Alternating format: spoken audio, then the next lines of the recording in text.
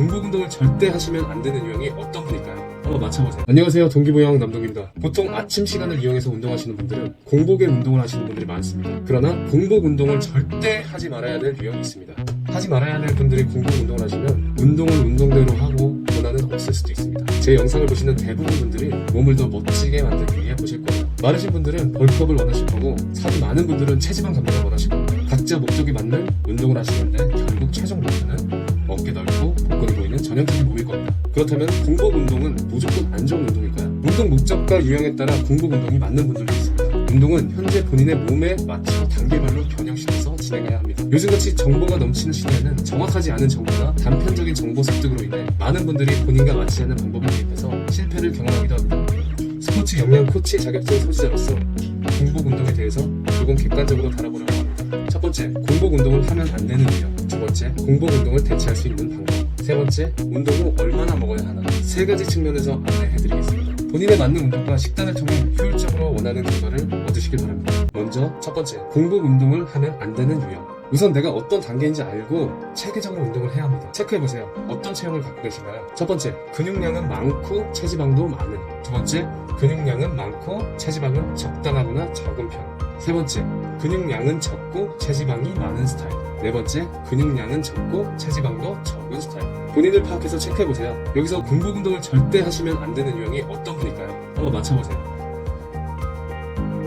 네, 대부분 4번 근육량도 적고 체지방도 적은 분을 뽑으셨겠죠. 반은 맞고 반은 틀렸습니다. 정답은 3번 근육량 적고 체지방이 많다와 4번 근육량도 적고 체지방도 적다. 이 두 가지 유형입니다. 자, 왜 저 두 가지 유형은 공복 운동을 하면 안 될까요? 저 두 가지 유형의 공통점을 보면 근육량이 적다입니다. 공복 운동과 근육량이 무슨 상관이고요? 비밀은 에너지입니다. 운동할 때는 탄수화물 에너지를 근육에 저장한 글리코겐을 가장 먼저 사용합니다. 또한 가장 많이 사용합니다. 그리고 일정 시간이 지나서 운동 강도와 시간에 따라 체지방이 같이 사용됩니다. 즉, 근육량이 적으면 저장되어 있는 글리코겐의 양이 적을 수밖에 없습니다. 자는 동안 쓰인 글리코겐 에너지가 충족이 안 된 채로 운동을 하게 되면 안 그래도 적은 저장량의 글리코겐이 금방 소진되고 근육을 녹여서 에너지로 전환시키는 당신생의 비율이 현저하게 증가하게 됩니다. 근육량이 적은 분들은 결국 이 과정을 거치게 됩니다. 근육량이 적어서 글리코겐이 부족하고 근육을 녹이는 당신생으로 근손실, 이런 악순환을 겪고 근육량이 늘지 않게 됩니다. 근육량이 적고 체지방이 많은 분들 같은 경우에는 사실 체지방 제거에 좋은 게 공복 운동이 맞긴 하지만, 운동할 때 지방이 본격적으로 에너지로 전환돼서 제거되기 시작하는 건 운동 시작 후 최소 25분 이상의 시간입니다. 이유는 빠르게 에너지로서 전환이 가능한 탄수화물,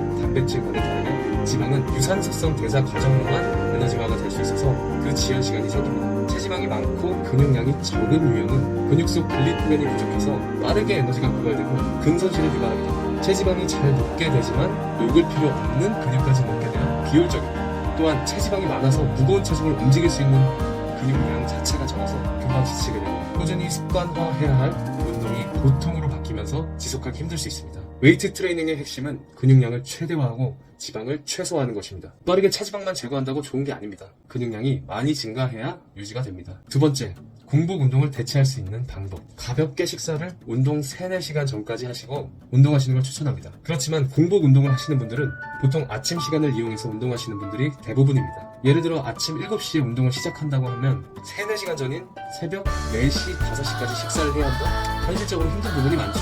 그렇게까지는 하지 마시고요. 아침 운동 전 최소 30분 전에 기상하셔서 따뜻한 물을 섭취하고 5분 정도 물을 풀어주시고 유동식으로 에너지를 보충하고 진행하시는 것을 추천드립니다. 예를 들면 꿀이나 스포츠 음료 같은 것들을 드시면 빠르게 소화가 되어서 위에 음식물이 없는 상태로 운동을 진행하기 좋고, 또한 체지방이 에너지로 쓰일 때까지 내비 에너지가 줄어져서 쓰일 수 있습니다. 즉, 근손실이 일어나는 걸 방지할 수 있습니다. 세 번째, 운동 후 얼마나 먹어야 하나. 공복 운동은 사람의 유형에 따라 효율적이거나 비효율적일 수 있습니다.